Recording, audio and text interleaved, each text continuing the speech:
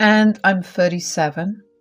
I've always been a firm believer in karma and doing right by others.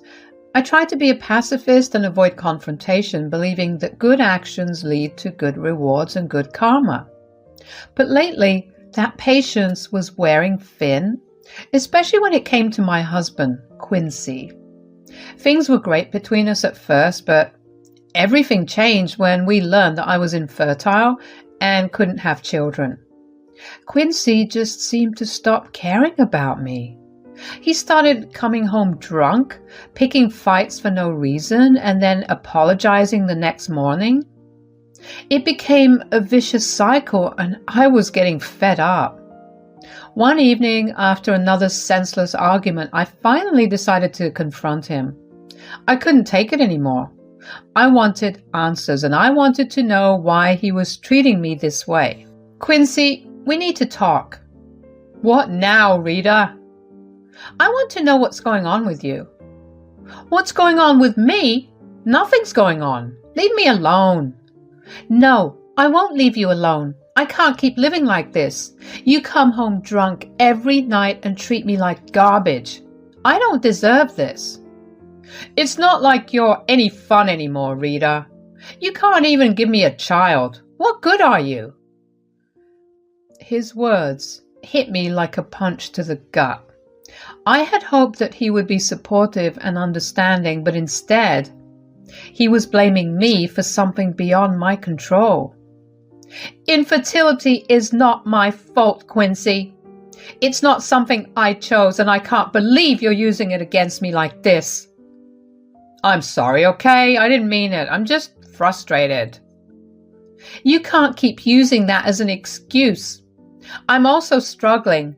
I'm also frustrated. But Quincy just brushed me off and stumbled off to bed, leaving me feeling even more hurt and alone. I knew I couldn't keep living like this. I had to find a way to stand up for myself and protect my own well-being. Over the next few days, I did a lot of soul-searching and talking to friends and family. I realized that I deserved better than the way Quincy was treating me. I deserved love, respect, and support, especially during difficult times like these. With a newfound determination, I decided to have another conversation with Quincy. I needed to be firm about my boundaries and let him know that I wouldn't tolerate being treated poorly any longer. Quincy, we need to talk again. What now? I can't keep living like this. I deserve to be treated with respect and love, and I won't tolerate being belittled or ignored. Quincy seemed taken aback by my assertiveness, but he didn't say anything. I'm willing to work on our relationship, but we both need to put in effort, and if things don't change, I won't hesitate to walk away. For a moment, he looked like he might say something, but he remained silent. I could see the conflict in his eyes, but I knew that I couldn't back down. I had to stand up for myself and my own happiness. It was a roller coaster ride with Quincy. Sometimes things would improve between us and we'd have moments of happiness. But then it would all come crashing down again. It was like an endless cycle of ups and downs, and I felt so helpless. I tried talking to him about our issues, but the more I complained, the worse things seemed to get. It was like he didn't want to hear what I had to say, and it just made me feel silenced and invisible. I started noticing that he was working late more often, and it made me suspicious. When I asked him about it, he always had an excuse, saying that his boss wanted him to work late shifts. At first, I believed him. But then I found out that his boss was a woman, and alarm bells started going off in my head. I couldn't shake off the feeling that something was off. I started paying more attention to his behavior and noticed that he was being secretive with his phone, always keeping it close and never letting me see it. It made me feel like he was hiding something from me. One evening, while he was in the shower, I couldn't resist the urge to check his phone. I know it's not right to invade someone's privacy, but my gut was telling me that something was wrong and I needed answers. As I scrolled through his messages, my heart sank. There were flirty texts from a woman named Karen, his boss. My worst fears were confirmed. He was having an affair. I felt a mixture of emotions, anger, hurt, and betrayal. How could he do this to me? We were supposed to be partners, supporting each other through thick and thin, and yet he was sneaking around behind my back. When he came out of the shower, I couldn't look him in the eye. I knew I had to confront him about what I found, but I was scared of what he would say. So, like a fool, I kept it to myself. Yep, you heard me. I didn't confront him about it. I don't know why. I guess I was scared of how he would react. The cheating continued, and every time Quincy said he would be working late, I knew deep down it was just another lie. It broke me inside to know that he was still seeing Karen, even after everything we had been through. Months passed, and Quincy finally told me that he had something important to say.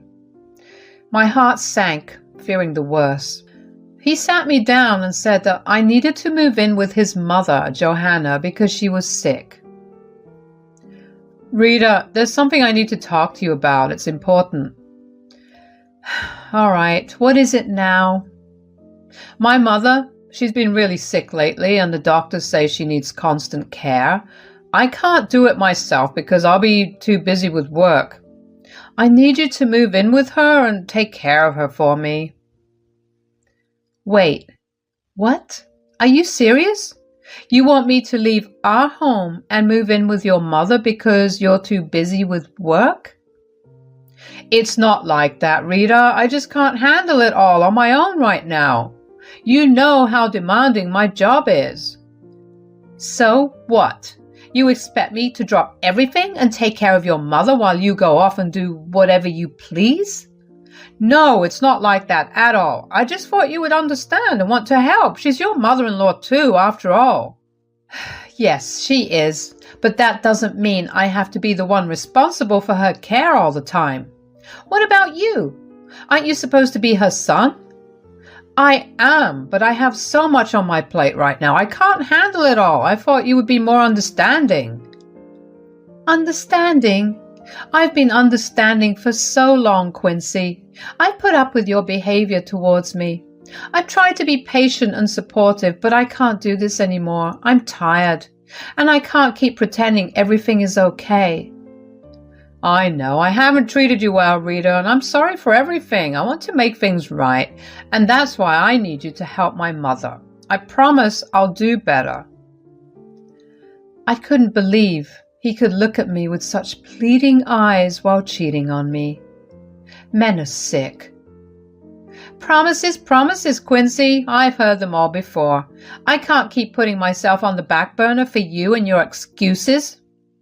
Please, Rita, I'm begging you. I can't handle this on my own. I need you. No, Quincy. I need to take care of myself for once. I deserve better than this, and I can't keep sacrificing my own happiness for you and your problems. Rita, please don't leave me. I love you. I need you. Please help me out here. I was skeptical, to say the least. It felt like another excuse to push me away. But I loved and cared for Johanna, and I didn't want her to suffer, so I agreed to go live with her. At first, I thought maybe this would be a fresh start for us. Perhaps taking some time apart would help him realize what he was losing. But deep down, I knew it was wishful thinking. Quincy had already shown me who he truly was, and no amount of distance would change that. Living with Johanna was challenging, but I did my best to take care of her. It was heartbreaking to see her in pain, and I wished Quincy would be there for her too. But he was always too busy, wrapped up in his own world of cheating, no doubt. What a terrible son, refusing to take care of his mother because he wanted to get his fix. How disgusting. So, it had been 2 months since I moved in with Johanna to take care of her. She was such a sweet and kind old lady, and we got along really well. She was tough as nails and never took anyone's BS, but she had a heart of gold. During my time with her, she would often ask why Quincy wouldn't come to see her. I had been making up excuses, not wanting to expose the truth about his cheating and hurt her.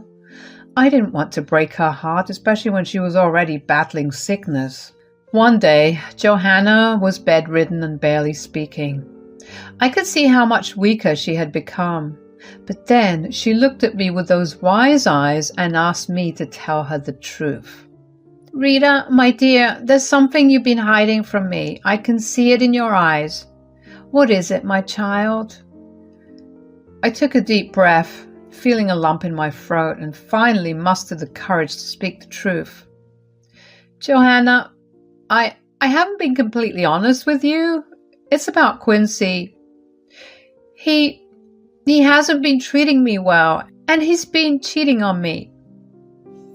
Johanna's eyes widened, and for a moment there was silence in the room. I could see the pain and anger flicker in her eyes, but she remained calm.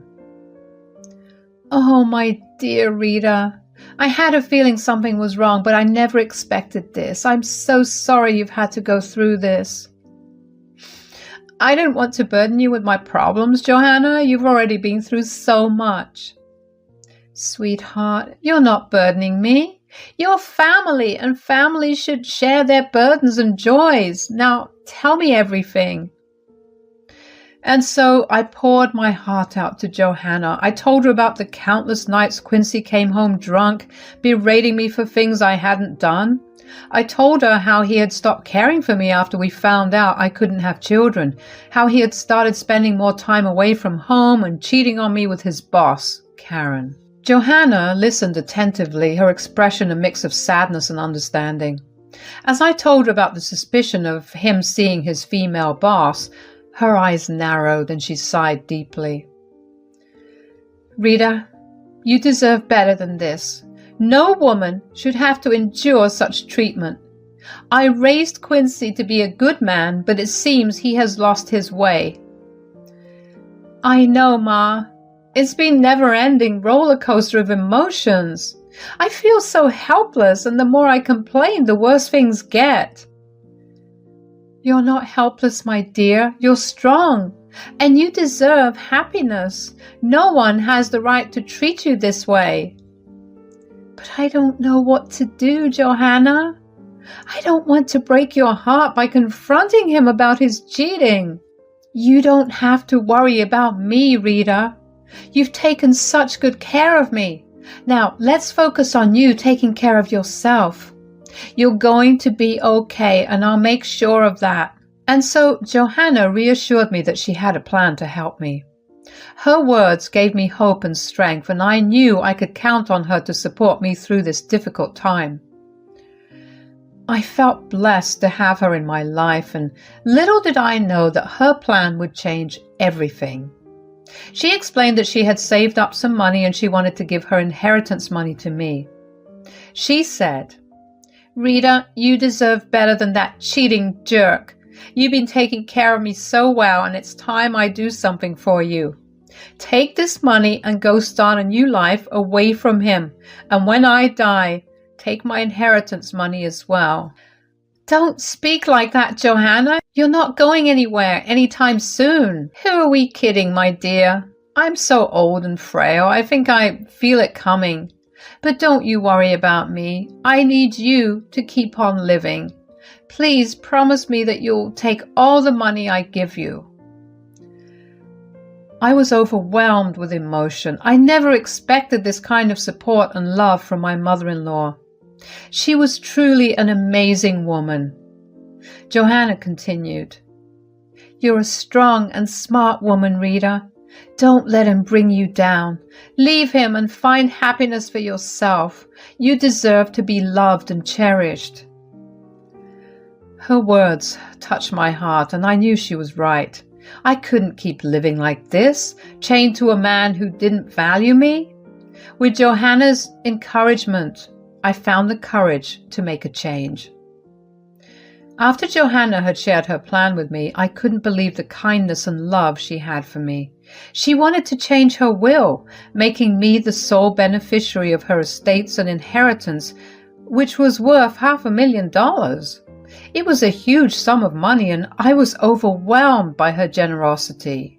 Quincy had no idea about any of this.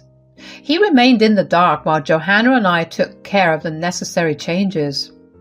It felt good to have something for myself, something that was mine, especially after enduring the pain he caused me. Unfortunately, but also fortunately, not long after, Johanna peacefully passed away in her sleep. It was a heartbreaking moment, and I couldn't help but feel the deepest sense of loss. I had grown close to her during the time I lived with her, and her absence left a void in my heart. What hurt even more was that Quincy wasn't around for her final moments, despite me informing him days in advance to come and see his dying mother. He chose to be absent, and it made me realize just how awful he truly was. I knew then that I had to leave him once and for all. The funeral arrangements were finalized, and Quincy approached me to discuss the issue of inheritance. He had no idea what was coming, and I could see the greed in his eyes. But I was done playing nice. I decided it was time to reveal everything to him. I told him that I knew about his affair, and I even shared that I had informed Johanna about it. His face turned red with embarrassment and anger. He couldn't believe that his secret had been exposed. "What the hell are you talking about?" "Oh, save it, Quincy. I know that you've been cheating on me with someone from work." "Karen?" Quincy's face turned pale, and he stammered, trying to deny it. What are you talking about? You must be mistaken." "No, I'm not. I found out the truth, and I couldn't bear to live a lie anymore. But that's not all. I also want you to know that I told Johanna about your affair." "You what? Why would you tell her that?" "Because she deserved to know." "How could you betray me like that?" "Betray you? You've been betraying me for months with your lies and infidelity." I couldn't keep it to myself any longer, especially when Johanna and I were making changes to her will. "Changes to her will? What does that have to do with anything?" I told him that all of his inheritance money now belonged to me. His eyes widened in shock, and he stuttered, demanding to know how that could be possible. "Johanna changed her will, Quincy. She made me the sole beneficiary of her estates and inheritance. She knew about your affair, and she wanted to make sure I was taken care of, even after she was gone. She was someone that you took for granted, and honestly, I feel sorry for you." Quincy's eyes widened in shock, and he seemed at a loss for words. "So you see, Quincy, there's nothing left for you. All of the inheritance is mine, and I've made up my mind I want a divorce." "You can't do this, Rita. It's my mother's money, and you had no right to interfere." "I didn't interfere, Quincy. Johanna made her own decisions. If you want, I'll CC you the documents.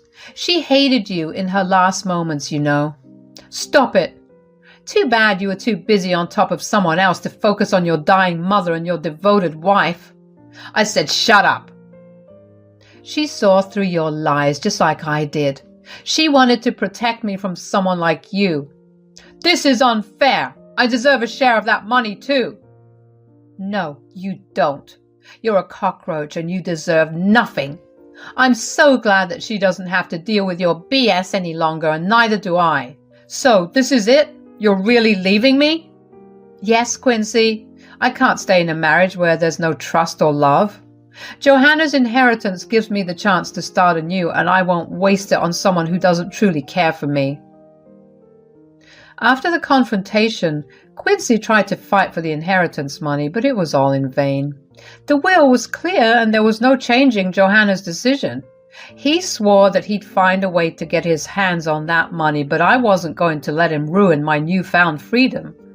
Once the divorce was finalized, I made a bold decision. I decided to move to a different state, far away from Quincy and his toxicity. I even changed my name to start a new chapter in my life. I was done with him and his craziness. It was time for me to focus on myself and my happiness. Living in a new place with a fresh start felt exhilarating. I felt like a weight had been lifted off my shoulders. No more walking on eggshells or dealing with his emotional roller coaster.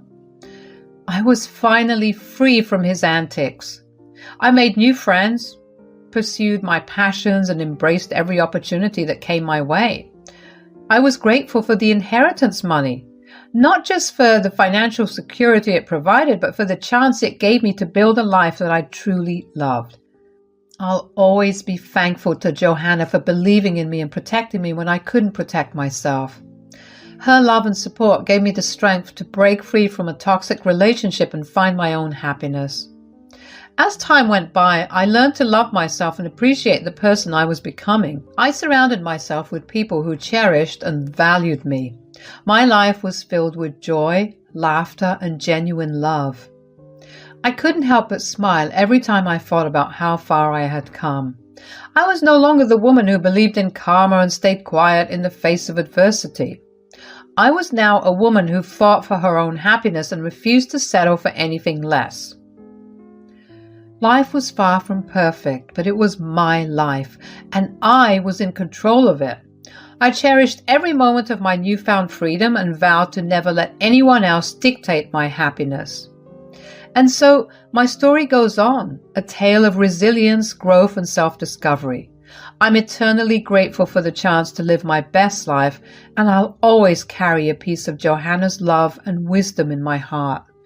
The end of one chapter marked the beginning of another, and I was determined to make it a story worth telling. I was finally free, and I was ready to embrace the future with open arms. Hello, I'm Allie, a 29-year-old woman. I grew up in a single-parent home. My dad passed away when I was really young, and my mom never remarried. She worked hard every single day to feed me and clothe me, and she never failed to tell me about her struggles. I guess that was why I always felt so indebted to her, even when she treated me like trash. You see, my mom would complain about working so hard to feed me, yet she would constantly criticize me for my weight. I remember the first time I hated myself when I was 8, and my mom walked in on me eating a bar of chocolate after dinner. She yelled at me and told me that I was getting too fat and ugly for her liking. That never stopped. It only got worse as the years progressed. I tried to talk to her, but it never worked. All I got were more insults. The thing is that I wasn't even fat or ugly either. I weighed the normal weight for my age and height, and I got a fair amount of attention from boys. I just didn't understand why my mom hated me so much. I wanted to move out when I turned 18, but I didn't have the funds to do it, so I was stuck living with my mom while I attended college. It was at college that I had my first boyfriend. He was charming and handsome, your typical jock. I was madly in love with him. We got together in the second year and were together until a little after we graduated. I was convinced that he was going to be the one for me. Of course, my mom hated the fact that I had a boyfriend, and I noticed that she would always praise him, but in the same line, insult me. It did not help my already non-existent self-esteem. My boyfriend at that time and I had decided to wait a year and then get married. About 2 months after that decision, he suddenly broke up with me. I was confused and hurt. When I tried to ask him why, he just looked at me in disgust. At that moment, I wanted nothing but the comfort of my mother, so I ran into her arms and cried. Instead of comforting me, she laughed. Thank God he laughed. He deserves so much better than you. What? Oh yeah, that boy was a pretty tough nut to crack. What do you mean? Oh, it's nothing. He was madly in love with you, but with a little nudge from me, he was able to see the light. See the light? Do you mean, are you saying that you are the reason he broke up with me? What did you say to him? Oh, nothing you don't already know. I just opened his eyes to how ugly you are. When he saw it, he didn't want to marry you, so that's a win. What the hell is wrong with you? There's something seriously wrong in your head. How could you do this to your daughter? Stop being so dramatic, Allie. I know you're sad, but for your own sake, don't indulge in sweets. It'll make you gain more weight. That was what made me snap. I had worked part-time for a long while and had a decent amount of money saved up. That night, while my mom was asleep, I packed my things up and moved out of the house. I stayed at a friend's place until I got myself an apartment. It took a lot of time to heal after that, but when I did, I began to put myself out there a lot more. I began to feel confident in myself. Sometimes I would feel sad that my mom didn't even make an effort to call me or check up on me, but I got over it. I began to check in on her when I felt better, but I still kept the contact minimal. And then I met Holt. Holt and I bumped into each other at a coffee shop. We happened to sit in the same booth because everywhere else was full. We got to talking and he turned out to be this amazing guy with a great sense of humor. We exchanged numbers and, well, the rest was history. Holt and I dated for around 3 years before deciding to make it official. In those 3 years, I got to meet and interact with Holt's family, who accepted me with open arms. That was a very healing experience. I told Holt about my history with my mom, and needless to say, he was not her biggest fan. I was so incredibly happy to be marrying Holt. I felt like I was on top of the world. It felt like nothing could bring me down. And Holt felt the same way. I could tell because he had a skip in his step and he was, in general, really happy. It felt great that someone loved me unconditionally. My looks didn't matter, and part of me just wanted to shove that in my mother's face. I knew it would be petty, but when your own mother bullies you about your looks from when you were 5 until you're well into adulthood, you're going to want to be petty. Holt and I began planning the wedding immediately after we got engaged. I kept my idea of revenge on the back burner because I didn't know if it was morally right. About 2 months into planning our wedding, Holt asked me about who I wanted to invite. So, who are you thinking of inviting? Well, all my close family and friends. I don't think I'll have a lot of people to invite. All right. And I don't mean to be insensitive. When you say family, are you asking me if I'm going to invite my mom? Yeah, I know it's a sensitive topic, but I just want some confirmation. I was actually thinking of inviting her. Oh, really? How come? Okay, I know this will sound mean, but I kind of want to rub it in her face, and I've become who she always told me I wouldn't be. Like she used to constantly tell me that no man would ever love me because of my looks. But here I am. Oh, honey, I don't think that's mean at all. In fact, I fully support it. It's the least mean thing I've ever heard of, but it's perfect considering everything that your mother put you through. Really? So you're okay with it? I am, as long as you are. Although I will say that if your mother says anything rude to you, I will interfere. That's absolutely okay. Thanks for supporting me. That's exactly what I'm here for, isn't it? It felt great to have Holt validate my feelings. He knew about the extent of the damage that my mom did to my self-esteem, and yet he was more than willing to accommodate me. I felt a new wave of excitement then. I couldn't wait to brag to my mom about my marriage. I mean, not only was I marrying a rich and handsome man, but it was also a man who showed me in every way possible that he loved me more than anything. That was definitely going to embarrass my mom. For the next few days, as we finalized the technicalities of the invitation, like the look of it and the fonts and the paper, I couldn't help but wonder how my mom would react. Would she go red in the face from humiliation? Would she apologize? Would she actually for once be proud of me? I know that I seem naive to only be thinking about the best case scenarios, but I couldn't help it. Even though I barely contacted her anymore, she was still the only parent I had, and I wanted to have some form of relationship with her. Don't get me wrong, I would never have forgiven her that easily. She put me through years of therapy because of her bullying. I would make sure that she apologized to me properly and then cautiously build a relationship with her. Every time that I had a negative thought about her reaction, I pushed it away because I didn't know how I would have dealt with it. When it came time to print the invitations out, Holt and I sat together and hand wrote the names of our guests on the invitations. We wanted to do a traditional mail invitation. When I was writing my mother's name on the invitation, Holt was looking over my shoulder. That's when he held my hand to stop me. I looked at him in confusion. Is everything okay? Yeah, it's just... Do you not want me to invite my mom? No, it's not that. That's your mom's full name? Yeah, why? You guys have different last names. Oh yeah, my mom kept her maiden name after she got married. I got my dad's name. That's funny. Why? What's wrong? I don't know if it's a coincidence, but I have an employee with that same exact name. What? That's crazy. Yeah, she plans to retire in another year or two.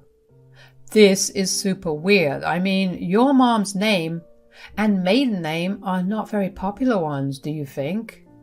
I don't know which company she works for, but do you maybe have files of your employees on hand with you right now, or even a staff picture? Oh yeah, of course I do. Holt shot up from the couch and ran into his office. My heart was pounding. What were the chances?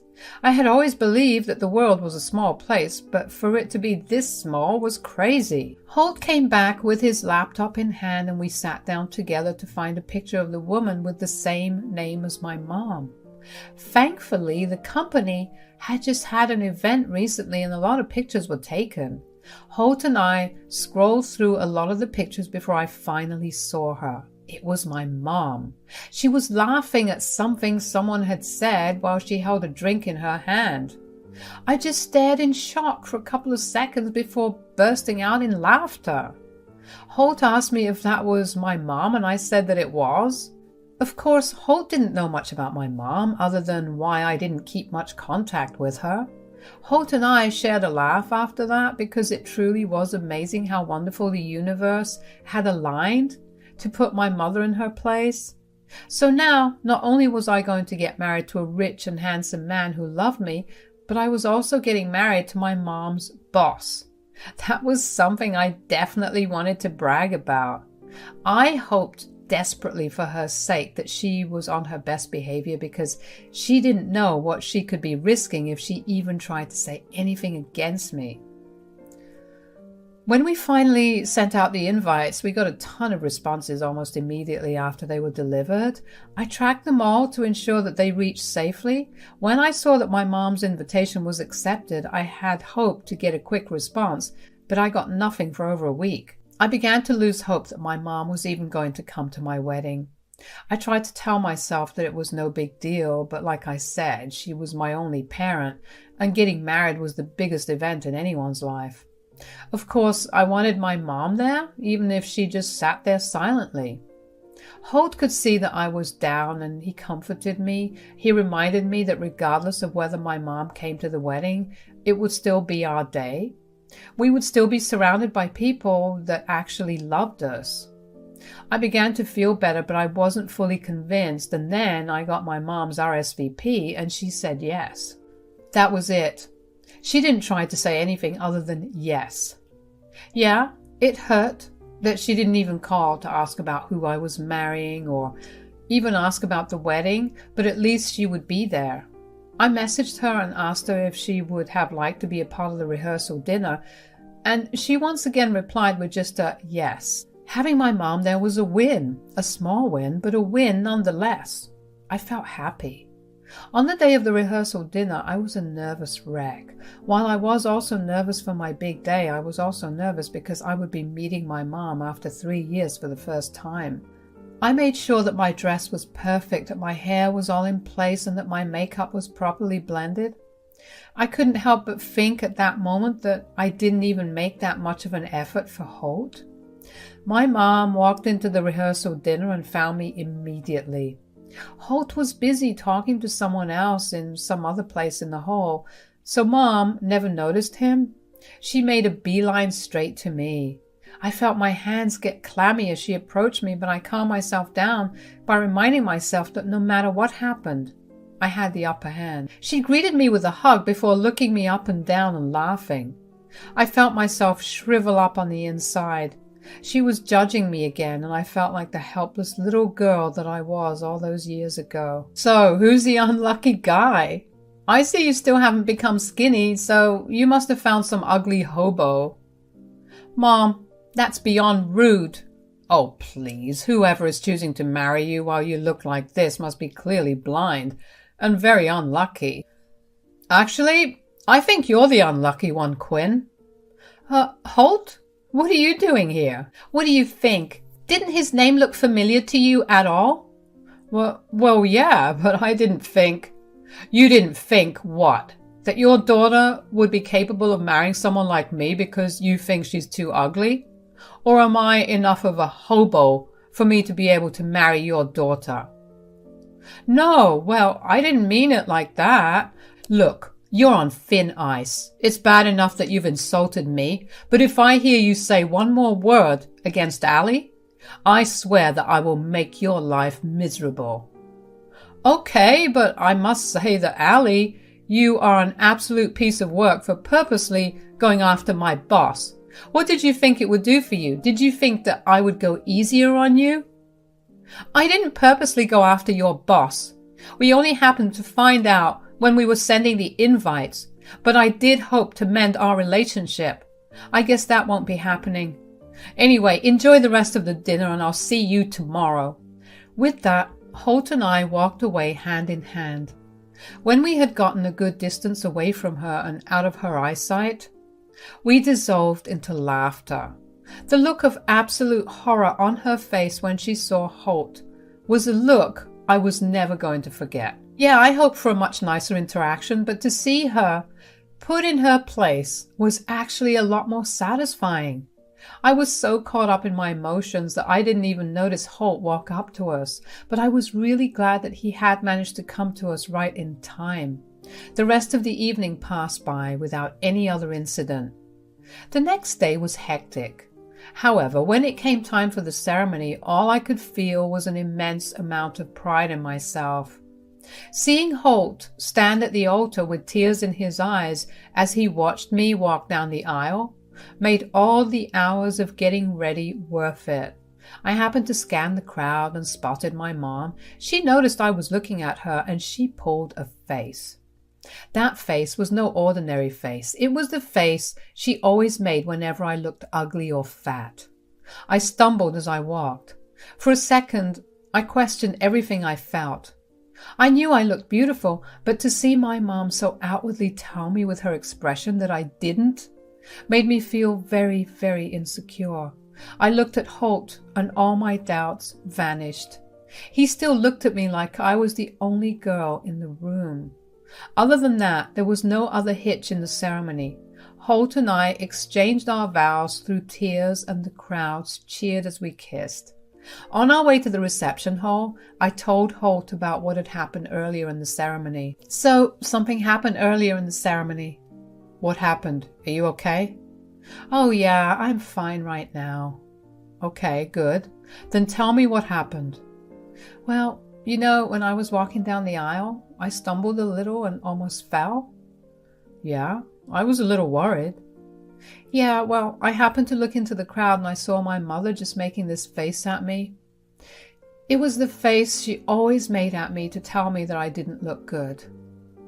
My God, what the hell is wrong with that woman? How could she do that to her own daughter on her special day? I don't know, but in that moment all I wanted to do was run away and cry. But then I took one look at you and I felt all right. That's right. If your mother does something like that again, just look at me. You're beautiful, and nothing your mother says or does will ever change that. Thanks. I needed that. And I was being serious when I said that. I would take action if your mom did something against you again. Now that I know just how much leverage I have over her, you best believe that I will make sure she learns her lesson properly. And I'll be okay with whatever you do. The reception started off well. We started with dancing and drinking, and everyone was having an overall great time. Holt and I greeted all our guests and held conversations with them. I found myself feeling better and better with every interaction. At some point, I saw my mom walk into the hall, but she ignored us and walked straight to the bar. I felt kind of bad, but I figured being ignored was better than being told I looked ugly again, so I let it go. Holt kept me by his side the entire time. I was grateful for that because it was a great distraction. Finally, it came time for the toasts. Holt started it off with a heartfelt toast to us and our relationship, which honestly made me cry. I followed after him, and I was happy to see that I was able to make him feel the same emotions he made me feel with my toast. If there was one thing to mention about the toast time, it was that with every toast that was made to Holt and me, my mom scoffed. It got her a lot of dirty looks, but that did not stop her. At some point, she stood up and said that she had a toast to give to us too. My heart dropped. I knew my mother, and I knew how evil she could be. I knew that this would not end well. Holt held my hand, and when I looked at him, his jaw was clenched. At least we both felt the same anxiety at that moment. My mom began to talk about how I was undeserving of Holt. She praised Holt for the man he was and conveniently brought up how he was her boss, and a very good one at that. When she spoke of me, she kept talking about how ugly I was and how I should be grateful that Holt even spared me a glance. I felt sick. How could she say that? Holt looked like he was going to burst a vein from how hard he was restraining himself. The rest of our guests looked appalled. Finally, when my mother finished her god-awful speech, she sat down with a satisfied smirk on her face. She was happy with the reactions she got. Thankfully, the rest of the evening proceeded without anyone even mentioning what my mom had said. Holt and I tried our best to put everything behind us just for the night. Even when we finally got back home that night, neither of us spoke about it. There was an air of sadness, but we chose to ignore it because we were happy that we were finally legally and officially together. The next day, Holt left for work. He told me that something urgent had come up and he promised to be back by noon, so I didn't mind. True to his word, Holt came back home by noon and we settled into the couch to watch some of our favorite shows. An hour or so later, I heard a banging on the front door. Along with the banging, I heard my mom yelling for me to come out and open the door. I was confused and looked at Holt. I felt his urgent business had something to do with my mom. I walked to the door and opened it. "You absolute wretch! What did you say to him?" "Huh? What do you mean?" "Don't play dumb. You made him fire me." "Holt fired you?" "Yeah, and I'm sure it's because of something you said. You're so stupid that you never know what you ever say." "I'm going to have to stop you there, Quinn. I don't think I need to remind you of your speech from yesterday." "But I praised you." "And you completely dissed your own daughter, who is my wife. How did you possibly think that was okay? I told you I'd make you regret it if you even said a word against her."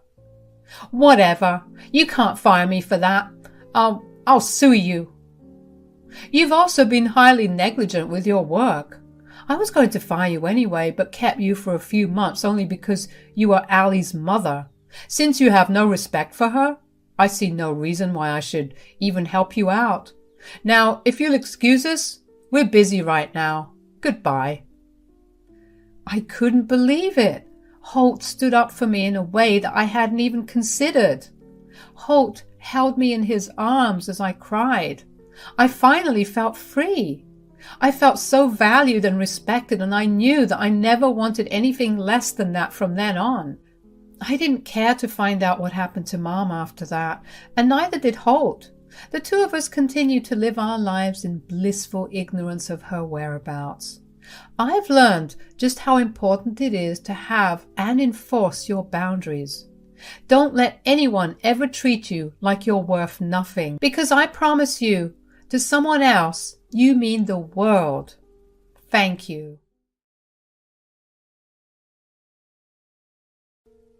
Hello, my name is Macy. I'm a 42-year-old woman who's been married twice. My second marriage has been amazing. My first was a train wreck. My first husband's name is Bobby, and we were high school sweethearts. We were your typical jock and cheerleader couple. We had a good time together, and he made me happy at that time. He was also my first relationship, so that was why I went so above and beyond for him. I thought he was my forever, and I sure acted like it too. We planned to go to the same university so we could be together, but in my second year, at 19 years old, I got pregnant. Now, my family was not happy, and neither was I. My mom warned me constantly that life would not be blissful, especially with Bobby. My family never liked him, although they could never tell me why, other than just that something about him felt off. Of course, as a teenager, I wanted to prove them wrong and rebel against them, so I ignored all their concerns. Our families agreed to support us until we graduated and got good jobs, which I was and still am super grateful for. Bobby and I got married in court, and we had our first child.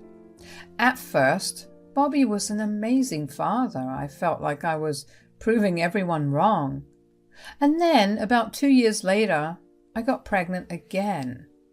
This time, I was a college graduate, but I had to quit my job so I could stay back and take care of the kids.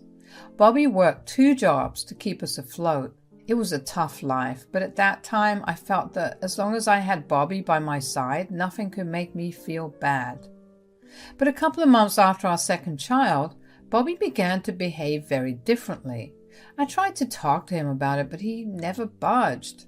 And then one day, I had taken the kids out for a walk and came back to an empty apartment.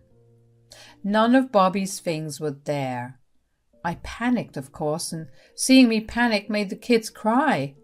I tried calling him several times, but each time took me to voicemail.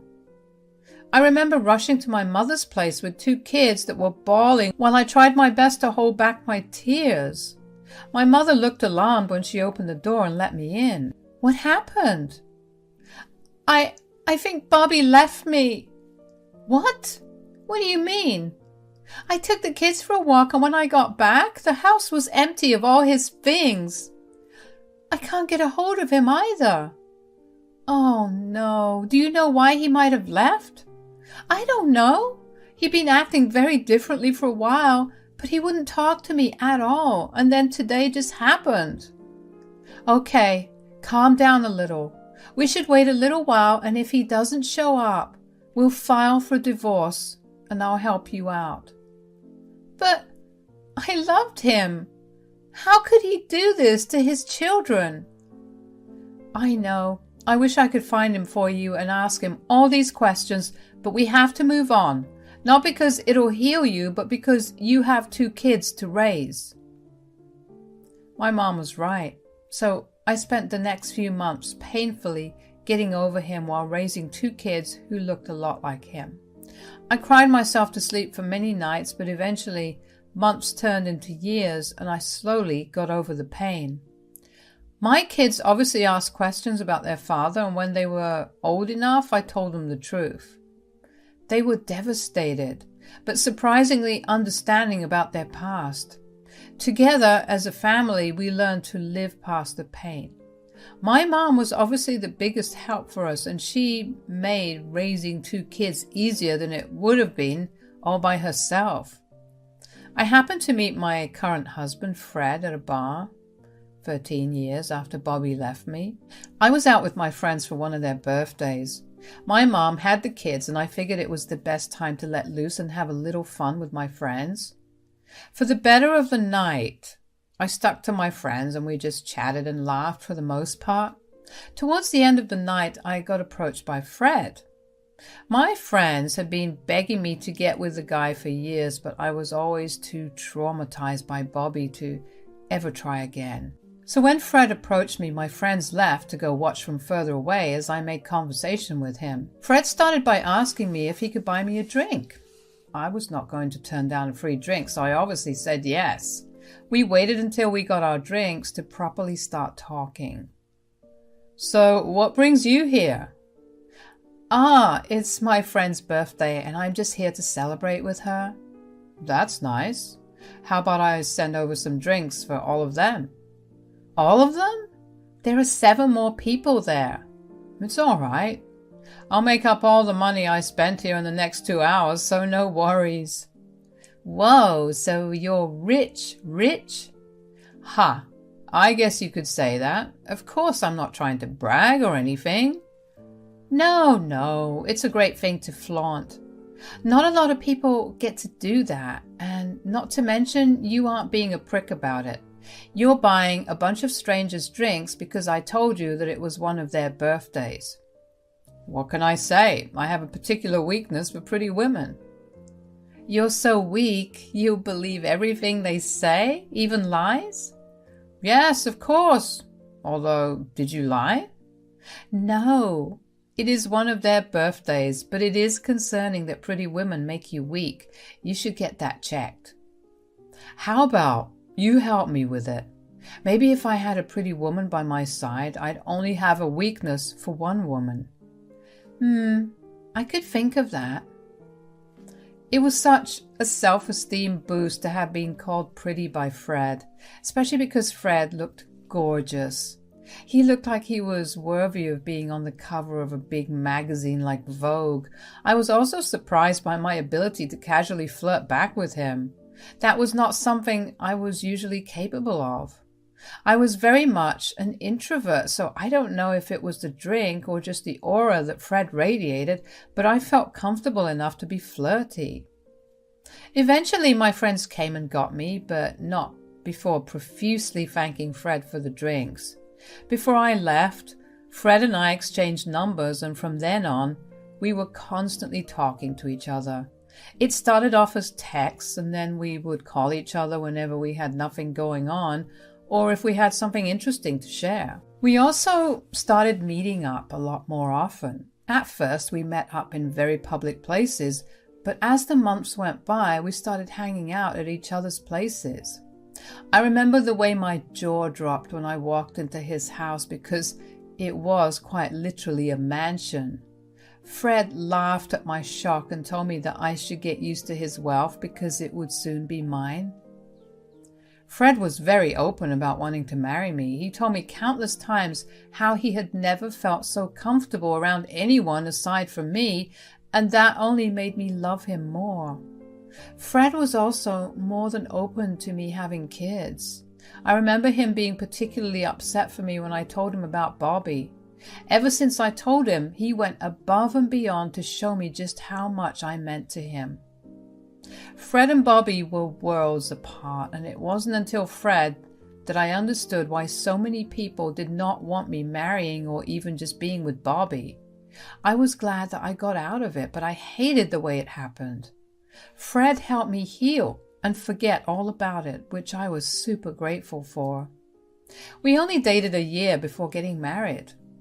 We had a destination wedding and we flew out all our guests, which were technically just a handful of them, because we only wanted those who were really close to us to be there.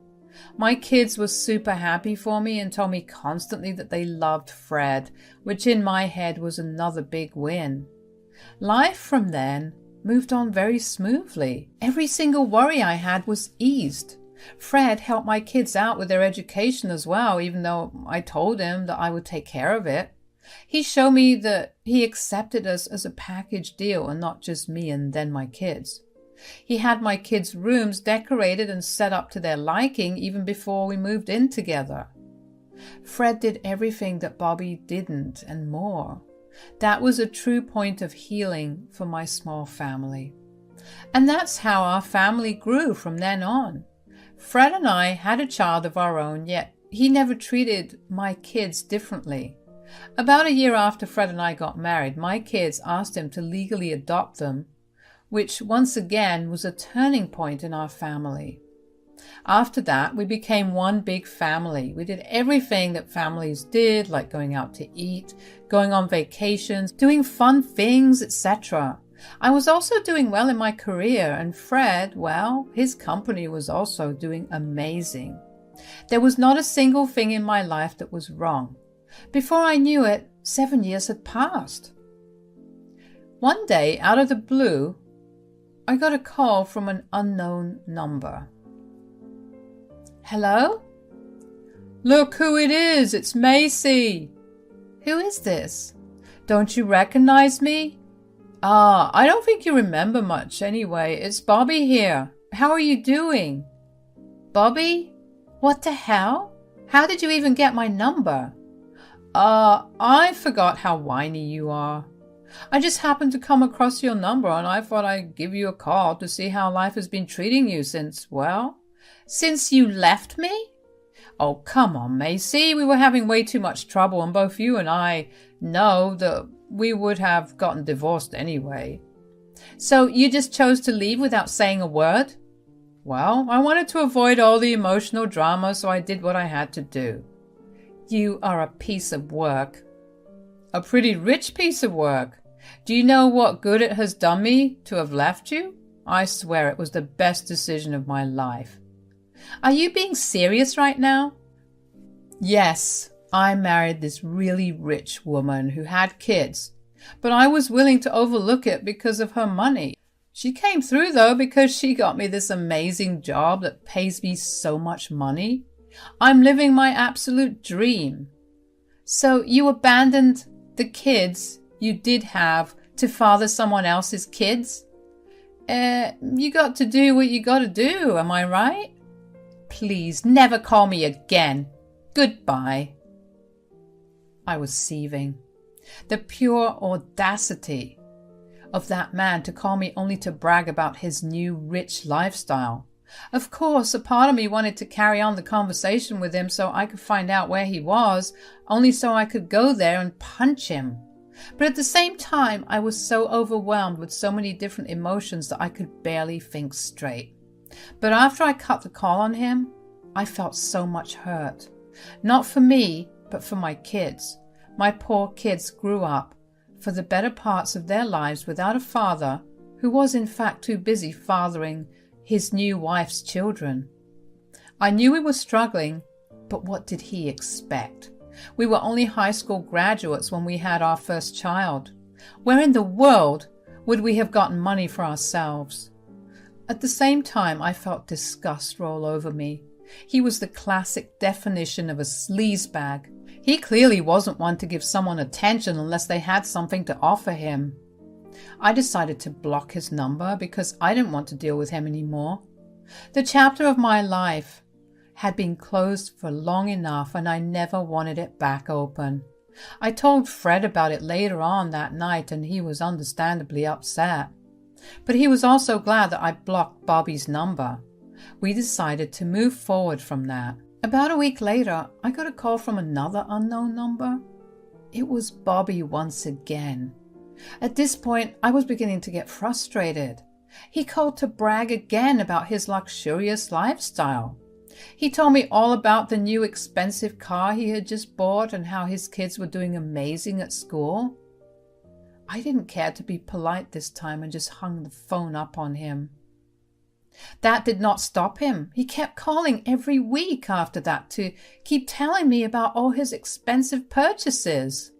I kept blocking him with every number he called, but it seemed like he kept using different numbers to call me.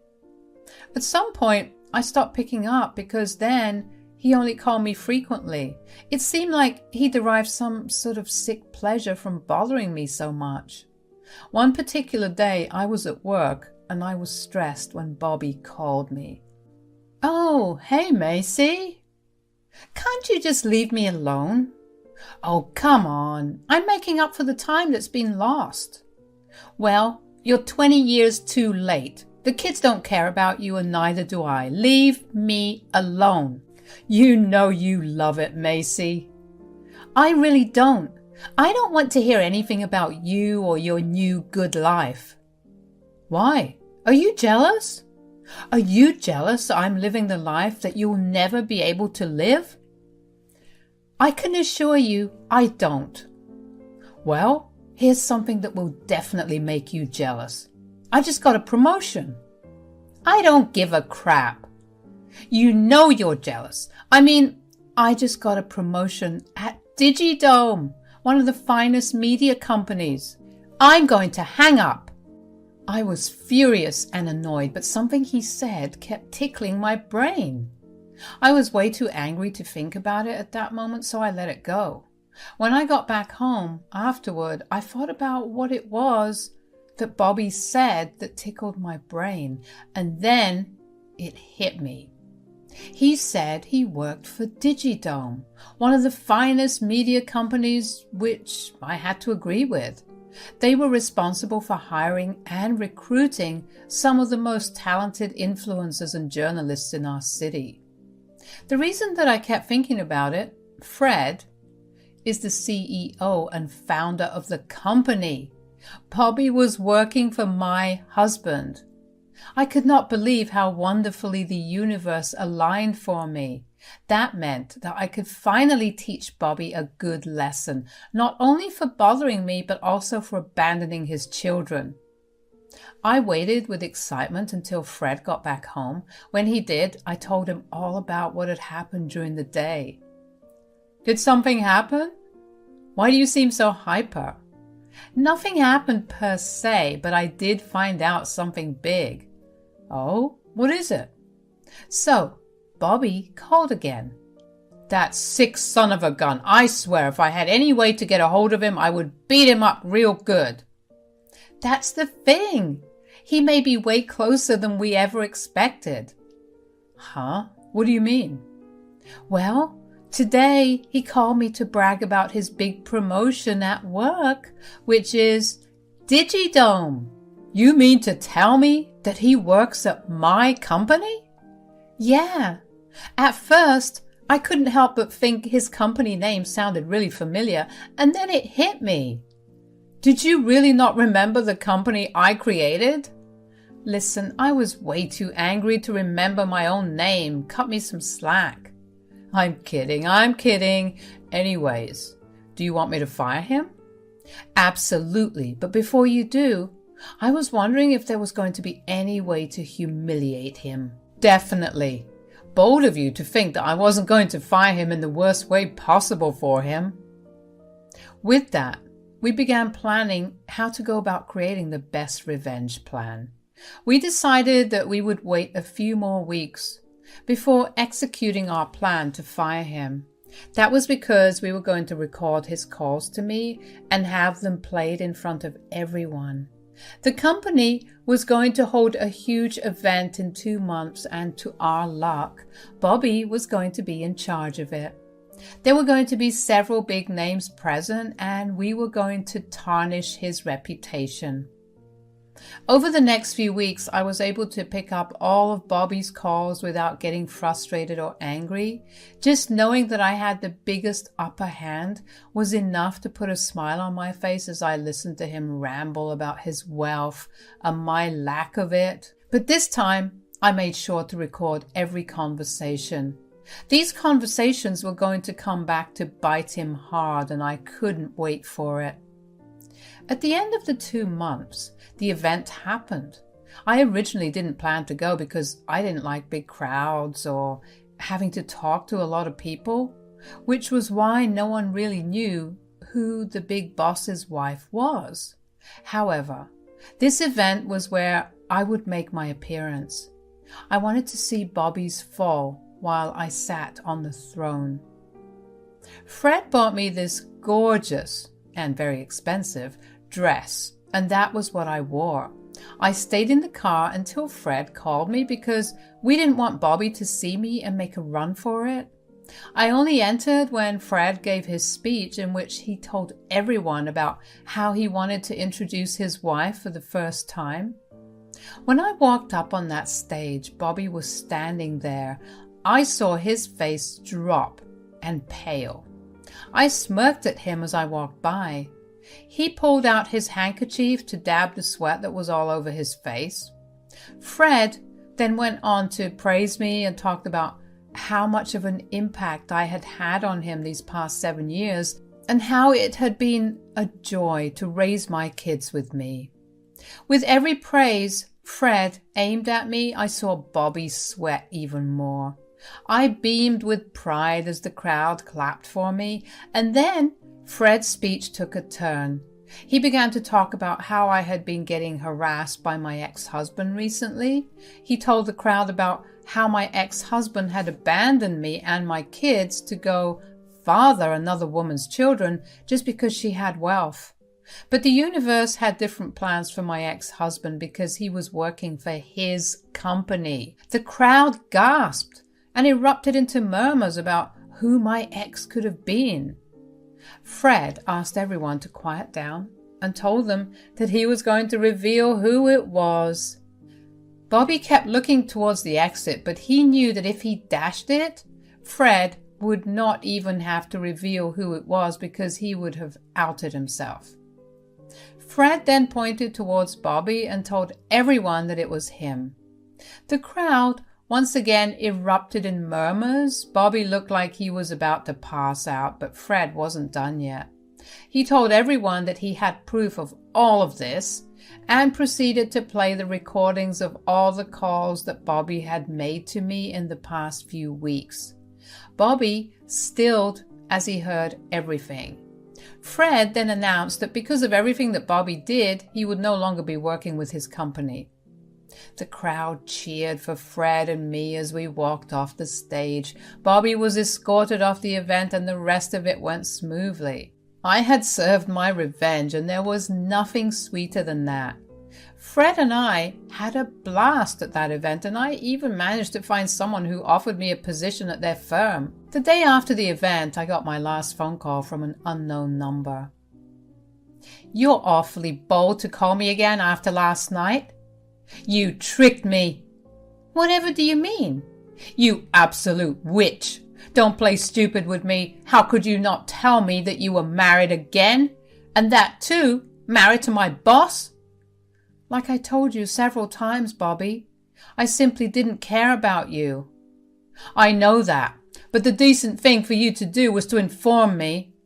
"So you would only stop harassing me if you knew who my husband was? And if my husband wasn't your boss, you would have continued to do it?" "Don't twist my words." "I'm not twisting anything. And you're one to talk about being decent, Bobby. You know what decent thing you have done?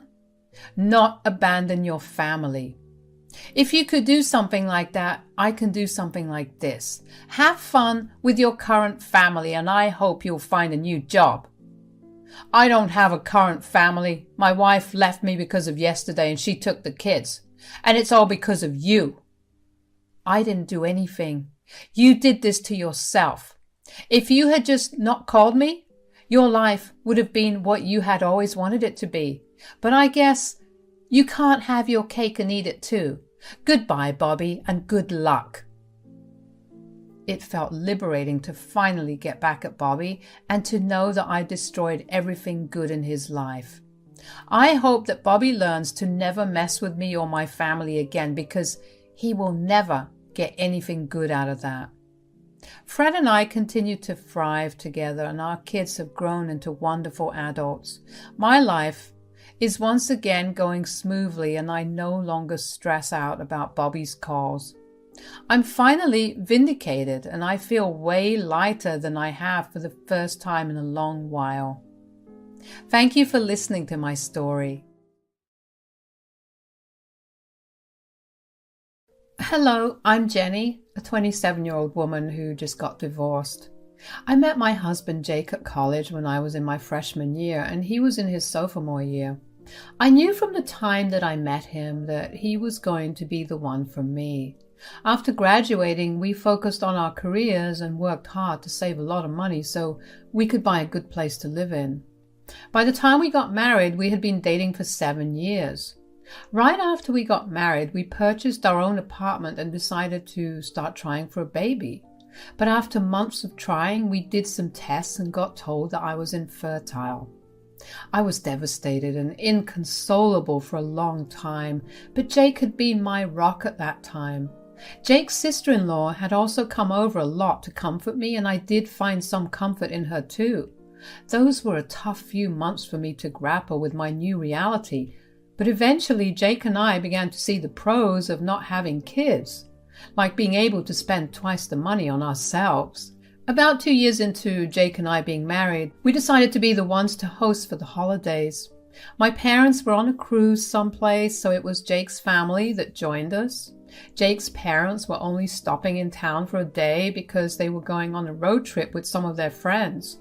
They planned to stay the night at a motel so they could leave in the early hours of dawn without disturbing anyone. That only left Jake's brother Keith and his family, which included his wife Paula and his 4 kids. When Jake and I started dating, Keith and Paula had 2 kids from what Jake had told me. They were struggling back then as well.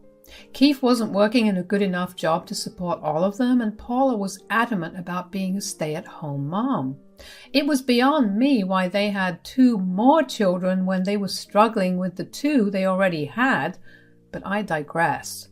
Anyway, that holiday, they asked us if they could stay with us for a week. Guys, we need to ask you about something. Yeah? What is it? Is everything fine? Yeah. We just wanted to ask if we could have a tiny staycation at your place with the kids. Staycation? Yeah, I mean, you're hosting the holidays and we were wondering if we could spend the entire week here until the 2nd. We can't afford an actual vacation, and this would be some form of it for the kids. I don't know about that. Our apartment isn't very kid-friendly. We have a lot of expensive or even just fragile things that the kids could break. I'm sure you could manage for just a week, Jenny. Yeah, please, for the kids' sake. Come on, Jenny. Please, just help out my family this once. Fine. But I am warning you that if anything gets broken or damaged by your kids, I expect you to compensate me for it. Yes, of course. I promise that we'll make sure the kids are well behaved. I wasn't too keen on allowing the kids in our home because I did have a lot of collections and other oddities hanging on walls or on shelves that were worth quite the buck. I had no other place to keep them away, because every room in our house would go towards giving Keith and his family a place to stay. I felt really pressured into giving up the space that I considered comfort, because Paula and Jake kept glaring at me while Keith looked at me like he was about to cry in desperation. I felt both intimidated and bad, so I gave in.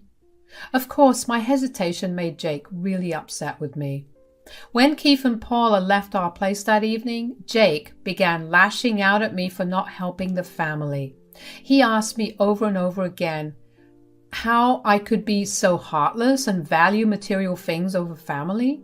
He didn't even let me get a word in.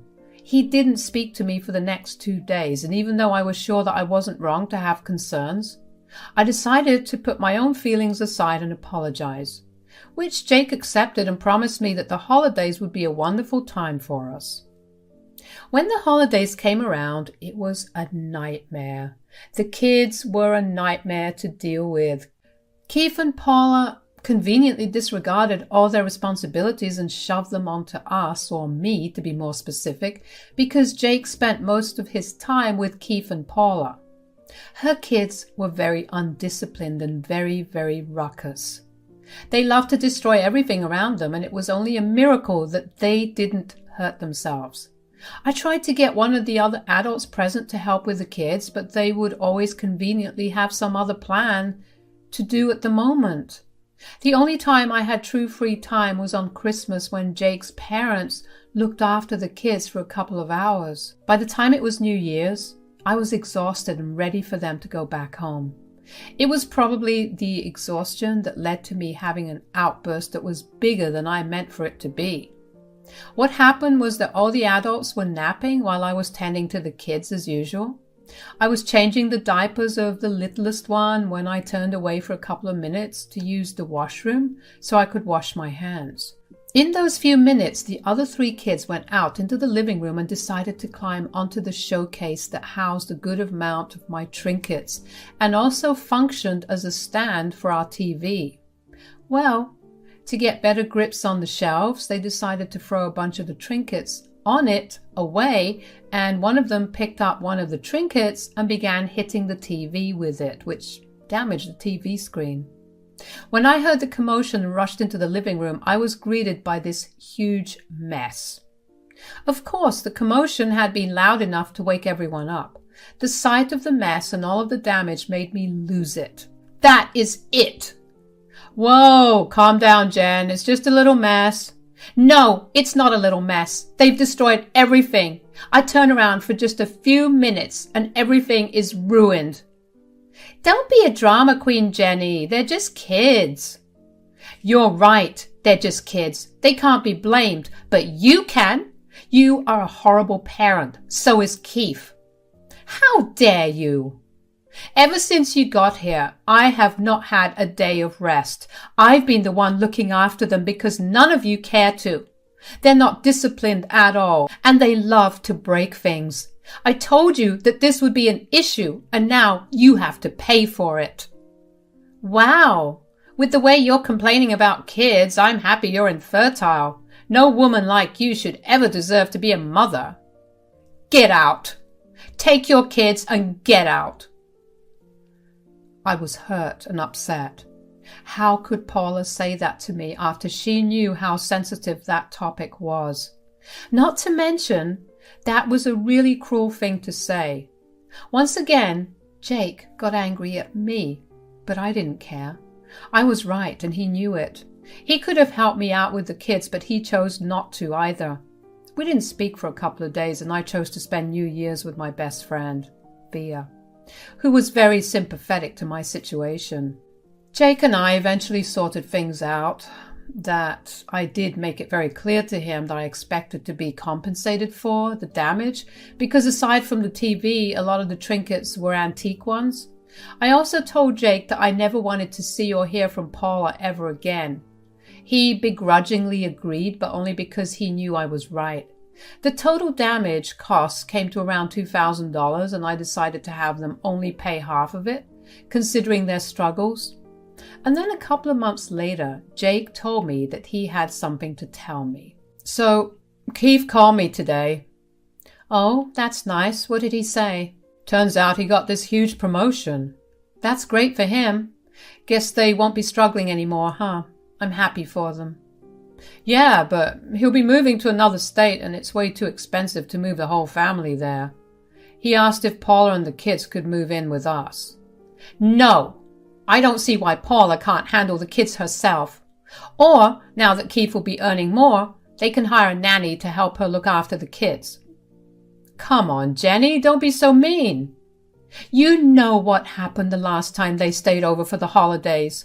I will not let that nuisance back into my home. It's not just your home, it's mine too. This is my family. I'm sorry you're too heartless to care about family, but I'm not that way. If you have such a giving heart, why don't you help them hire a nanny? Or better yet, why don't you go over and help her raise her children? Wow, you really don't care about how much Paula will struggle. Not after she made fun of me for infertility, I don't. You know what? You're too upset right now. We'll talk about this tomorrow. Good night. I couldn't believe Jake's audacity. He knew just how I felt about Paula and her kids coming over, especially after last time, but he still chose to ask me and insult me in the process too. Of course I cared about family, but that's a sentiment that should go both ways. I cared about his family, but they never seemed to care about me. I didn't see why I should have done more than they would have done for me.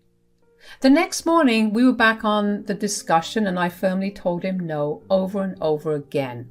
I suggested alternatives to helping them too, like me sponsoring a nanny, or even us going over on the weekends and looking after the kids so Paula could have some time off.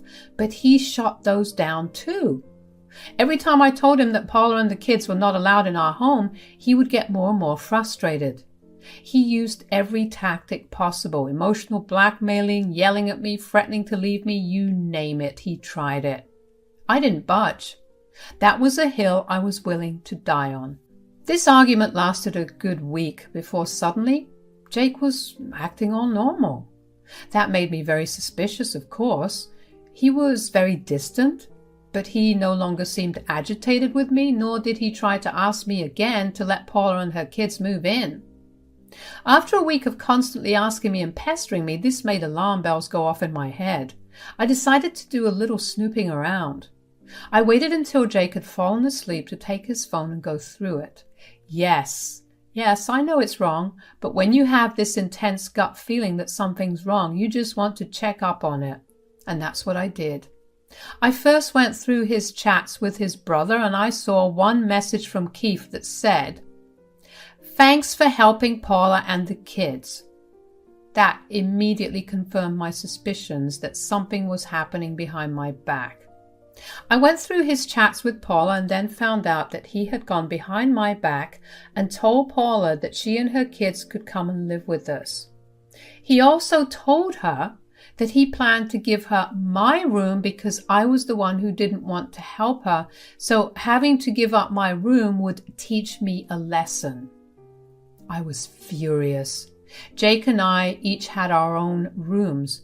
They were rooms that we filled with things that both of us enjoyed individually. Mine also acted as my office on days that I worked from home. So giving up my room also meant giving up all forms of privacy. While a part of me wanted to wake him up right then and there and yell at him for going behind my back and villainizing me, the sane and rational part of me knew that it would lead to nowhere. I would be the one who would get hurt while Jake would continue to live well. I knew at that moment that I had the upper hand and I was going to play my cards right.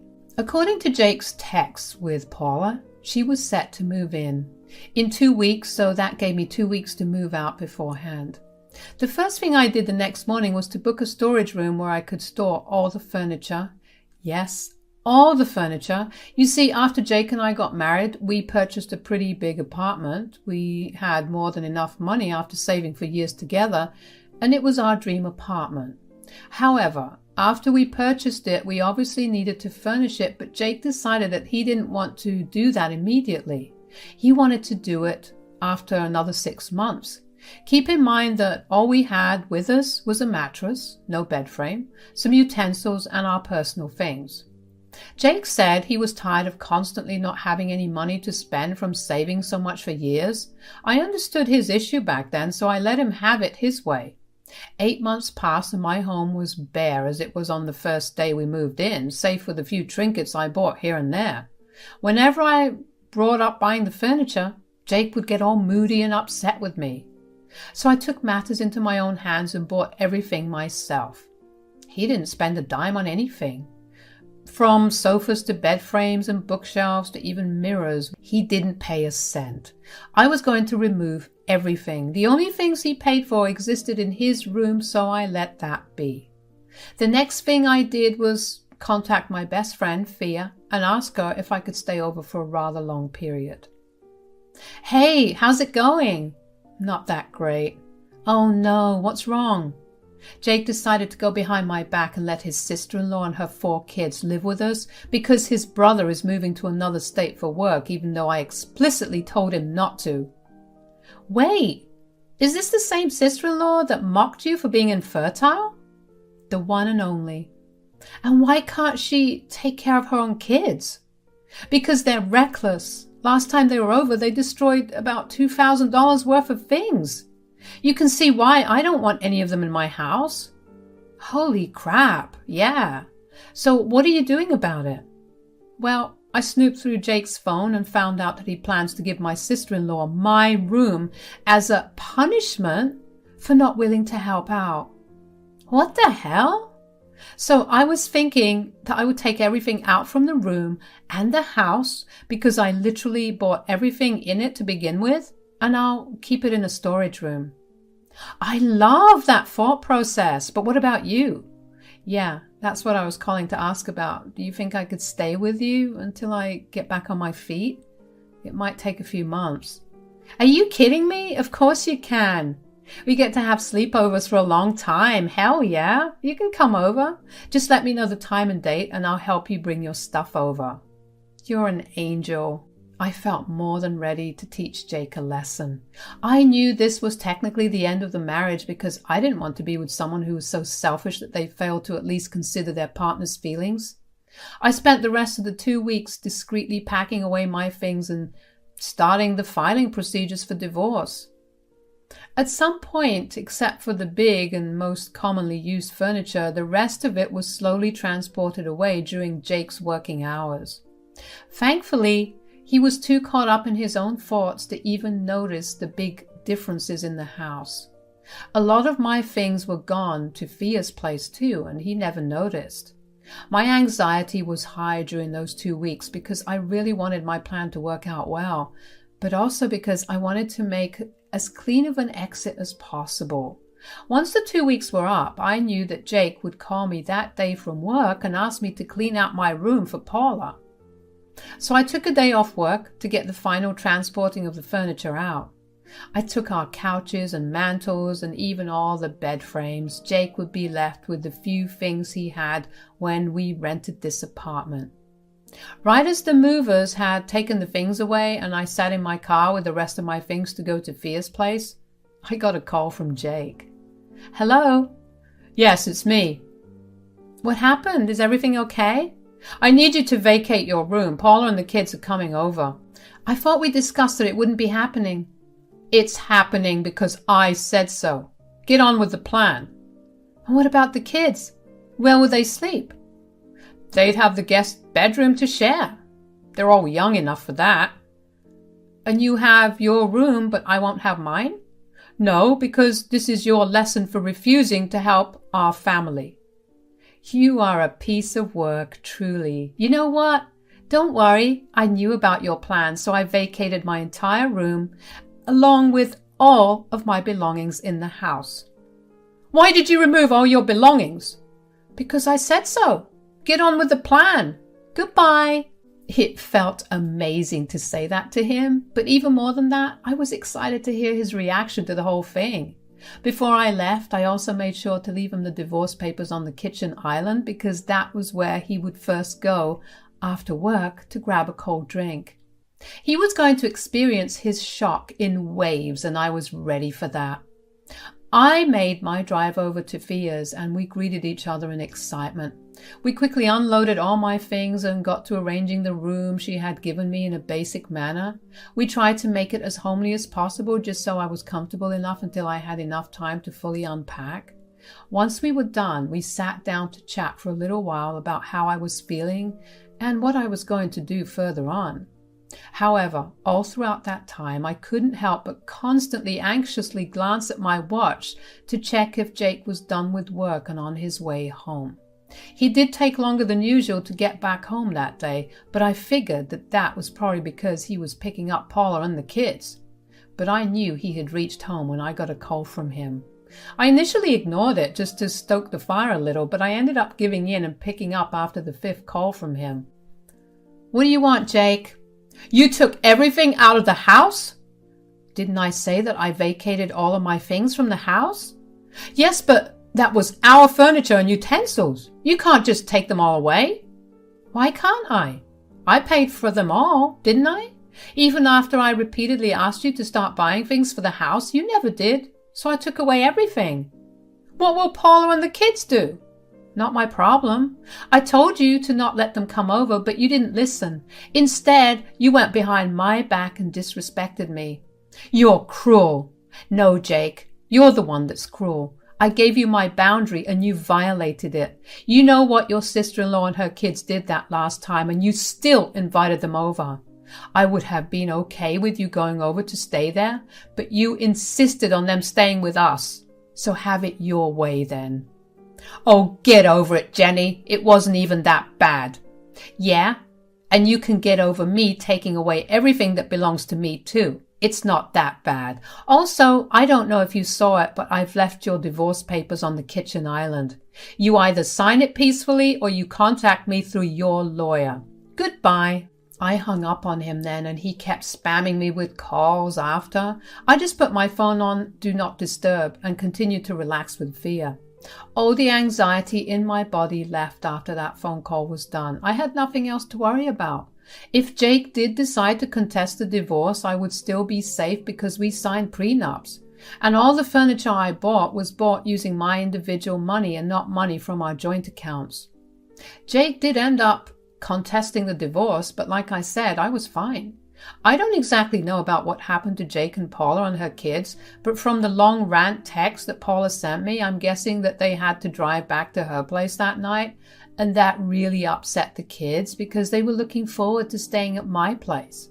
She also told me that since I took away the bed frames, Jake went to live at their place until the new one came, and since they didn't have any spare rooms or beds, he had to sleep on the couch. She kept telling me that I should be ashamed of myself for putting people in need through harder times. A part of me did feel bad for finding that situation funny. Who were the people in need? It was definitely not her. I knew she was just trying to mooch off her responsibilities onto us. As for Jake, he played a stupid game and now he won his stupid prize. It's been about 8 months since all of this happened, and I can happily say that the quality of my life has improved a lot. Living with Fia has been amazing, and in fact, we were even discussing moving in together. That's about it for now. Thanks for listening. Hello, friends. My name is Mia, and I'm here to tell you the story of how I ruined my mother-in-law's life. Well, Rita, my mother-in-law, ruined her own life, but she may think that I am responsible for it. If she hadn't tried to make her son, Nigel, divorce me, she would have avoided getting divorced herself. So anyway, here is what happened and how I got rid of Rita's toxic presence from my life. Rita absolutely hated me. Why? No reason as such. She hated every woman her son Nigel dated. I could tell that she had an extremely unhealthy relationship with Nigel and always thought that women were out to trap her son and take him away from her. Her husband, my father-in-law, Luke, was not like her. He was a sweet man who still has an excellent relationship with me. He considers me his daughter, which is why I was super pissed when I discovered Rita's big betrayal. Now, let me just tell you what Rita tried to do when Nigel announced our engagement. She tried to say that I was a cheater and was sleeping with my best friend. It was bizarre and she had no proof. It was simply based on her suspicions. Look, me and my male best friend have been super close since childhood. We have a great bond, but we don't cross boundaries that our spouses have set for us. In fact, we do frequent double dates and even went on trips together. Nigel never had a problem and knew that I was loyal. Well, Rita didn't think so. She said, "A man and a woman cannot be that close, Nigel.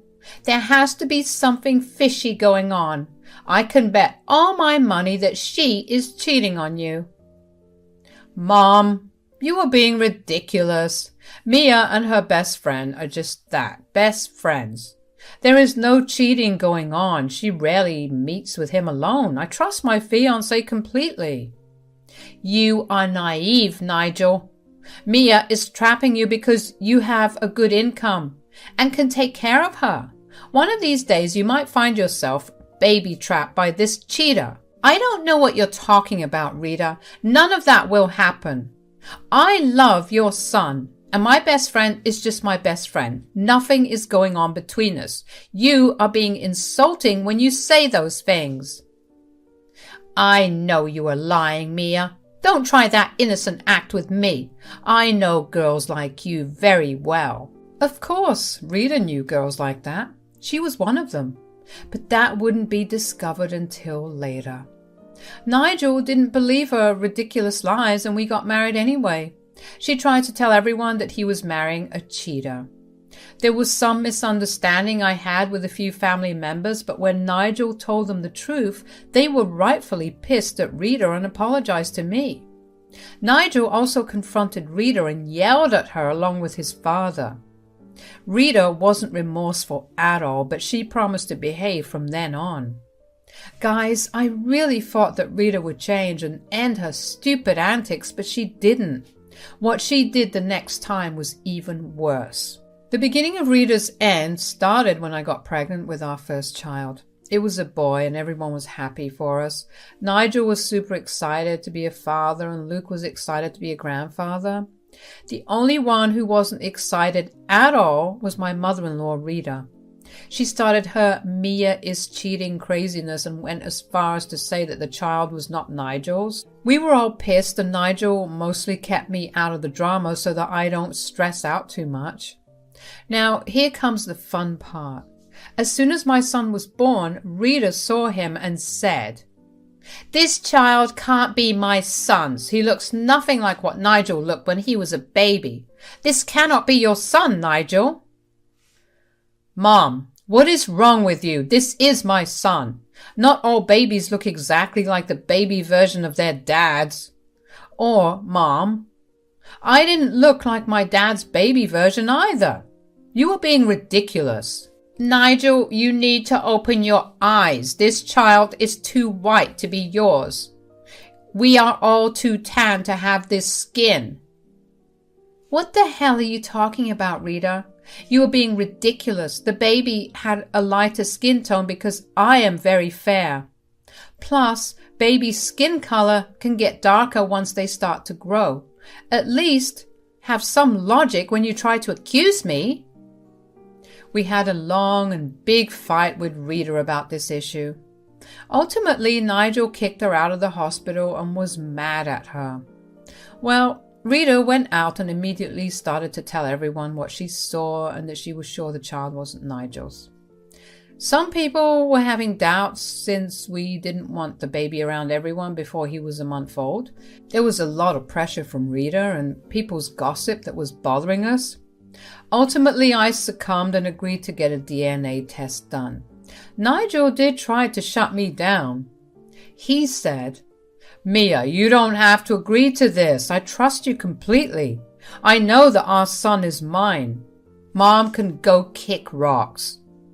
"Nigel, please, I'm tired of hearing Rita call me names and people assume things about me.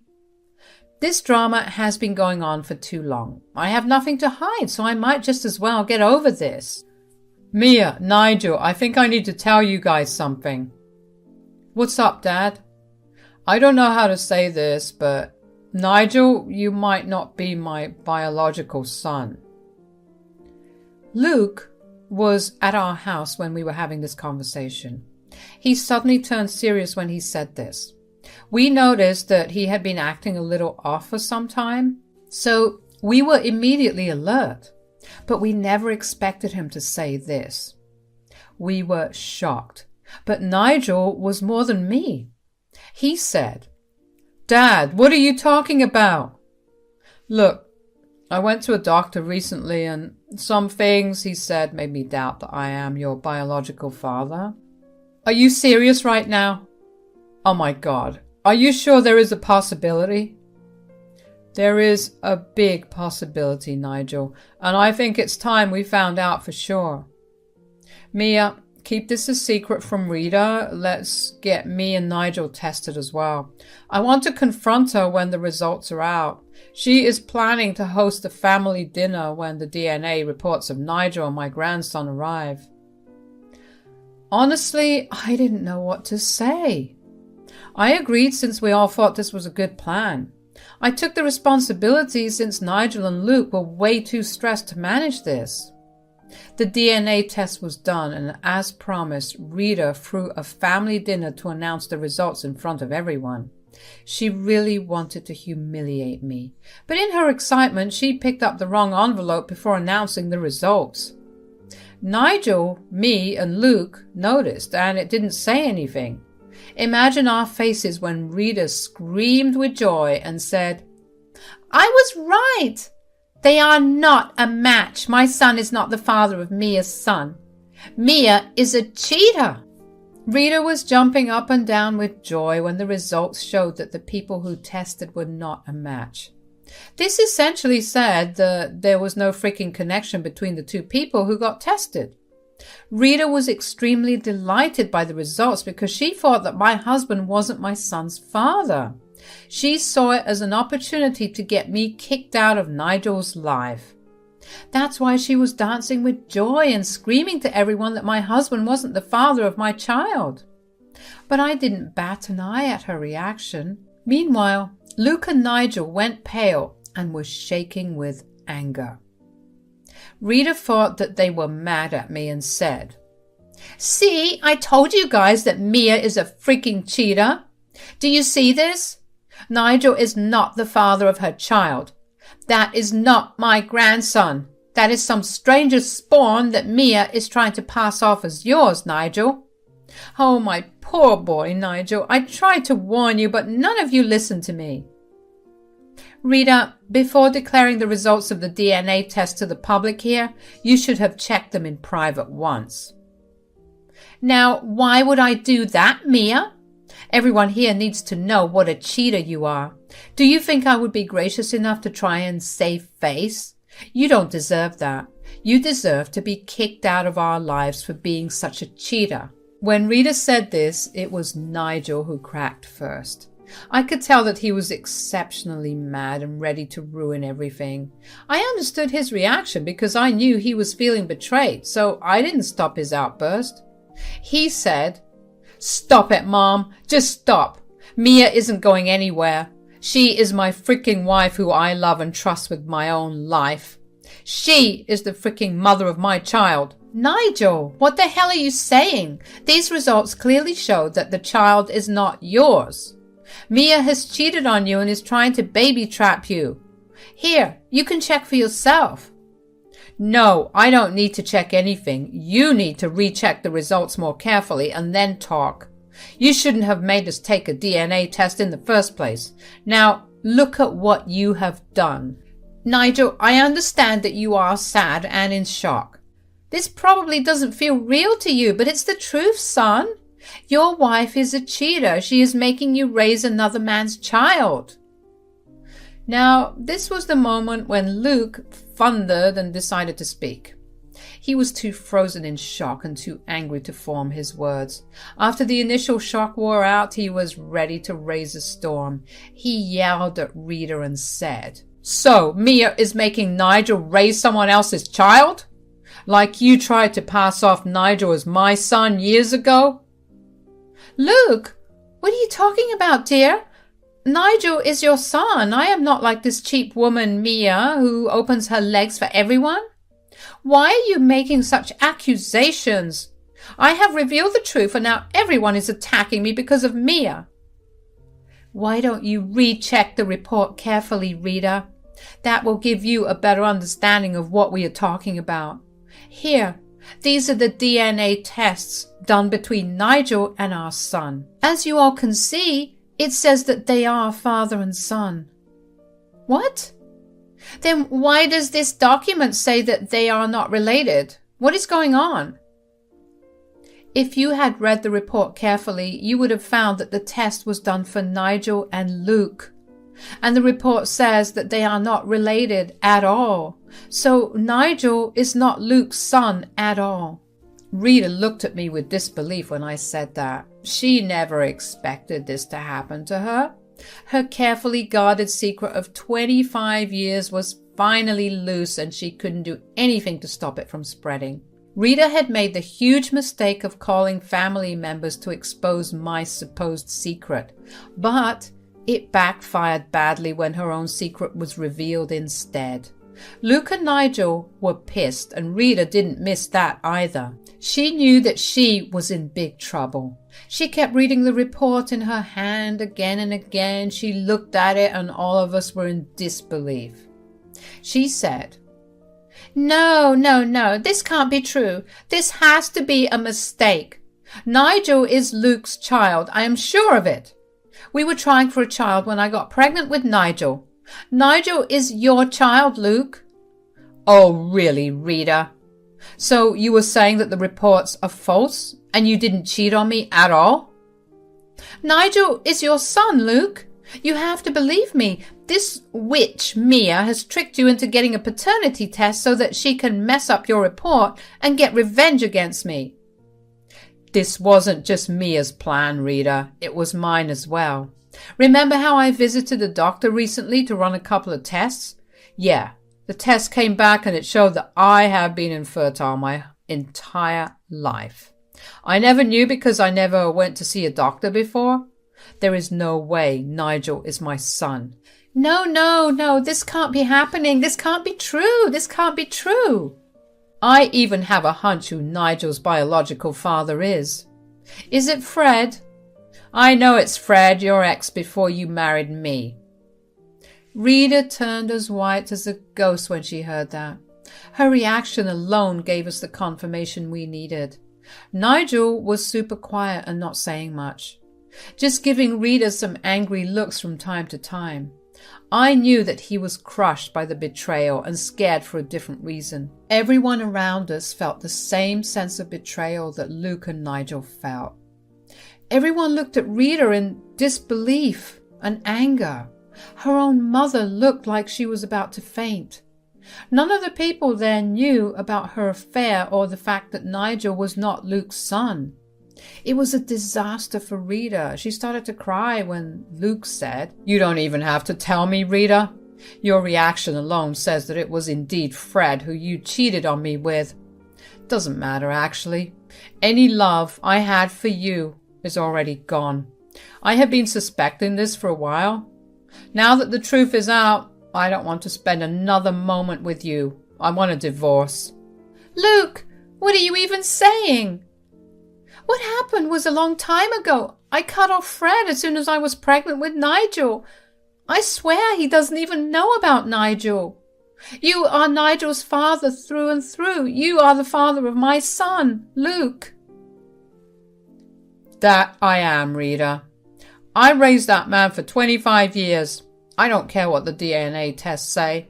Nigel is my son. He will always be my son. He might not be my miracle, but he is my blessing.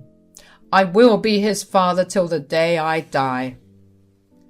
Luke's declaration was just what Nigel needed to dispel his fears. My poor husband was worried that he would lose the only father he knew in his life. When Luke assured him of his stance, Nigel burst into tears. I was comforting my poor husband while Luke and the others dealt with Rita. Rita said, "You were right, Luke. You raised my son for 25 years. He is yours. We can just forget that the DNA test exists. Things can go back to normal. We can—" No, just no, Rita. Things will never go back to normal. Every time I look at you, I will be reminded of your betrayal. Nigel might be my son, but you are no wife of mine. A woman who cheats on her own husband cannot be my wife. I am going to divorce you. That's final. No, Luke, you can't do this. You can't do this. We have been married for 30 years. You can't leave me over this. Luke! Rita was in pure shock and refused to understand what she was being told.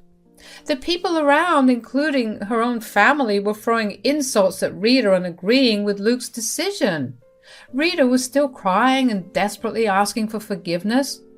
She then decided to plead with Nigel and said, "Nigel, look at what Luke is saying. He's going to leave me. Please don't make him leave me. Please make him understand, son." Don't you dare call me son. I don't want to call you mother anymore. You are the most vile woman I have ever known in my life. You hid my parentage. You dragged my wife through dirt for nothing when you were the one hiding the nasty secret. I can't even look at you now. No, Nigel, I am your mother. That is true, I swear.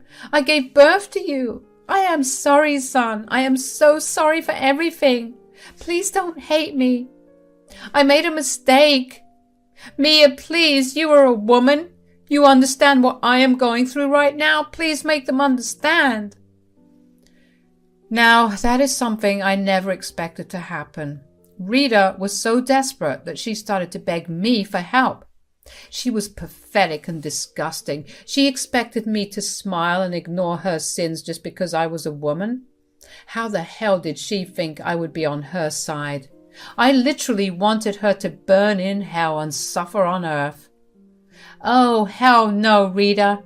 You dug your own grave. You were the one convincing Nigel to divorce me, saying that my son isn't hers.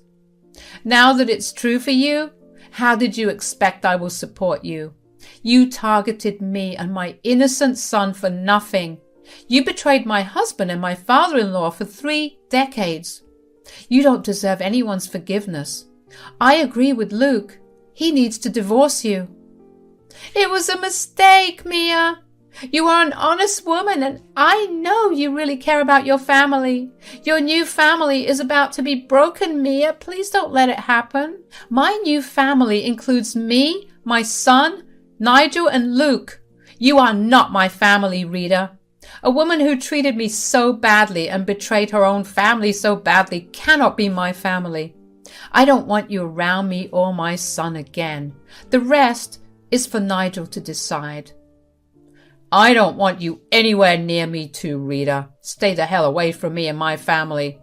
Dad is doing the right thing by divorcing you. You deserve that. And that is what you wanted, right?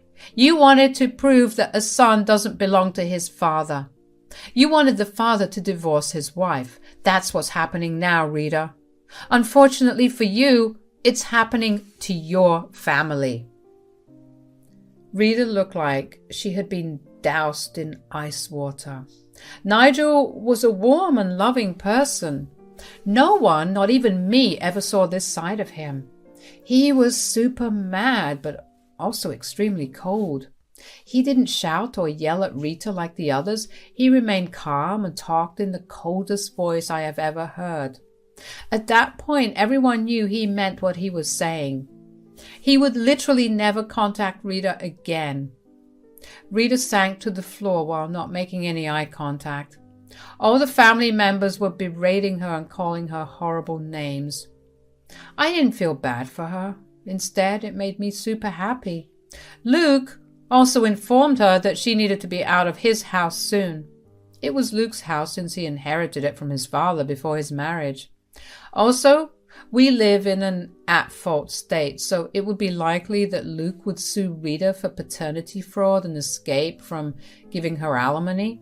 Rita was now seriously in a big mess. Days passed and Luke stuck to his word. He actually went straight to a divorce lawyer the next day. He also formally started an eviction process against Rita. She threw a big tantrum complete with crying, begging, and even yelling. Luke wasn't going to go soft on her anymore. He wanted her out of his life as soon as possible. Rita also blew up my and Nigel's phones with texts and calls. It was mostly her begging and making ridiculous excuses for what she did. We read only a few and blocked her after that. Rita then showed up at our house to cry to us. She said, "Luke is kicking me out, guys. I have nowhere to go. I only have very little money that I need to get a divorce lawyer. I need a place to stay." "You can go anywhere you want, Rita.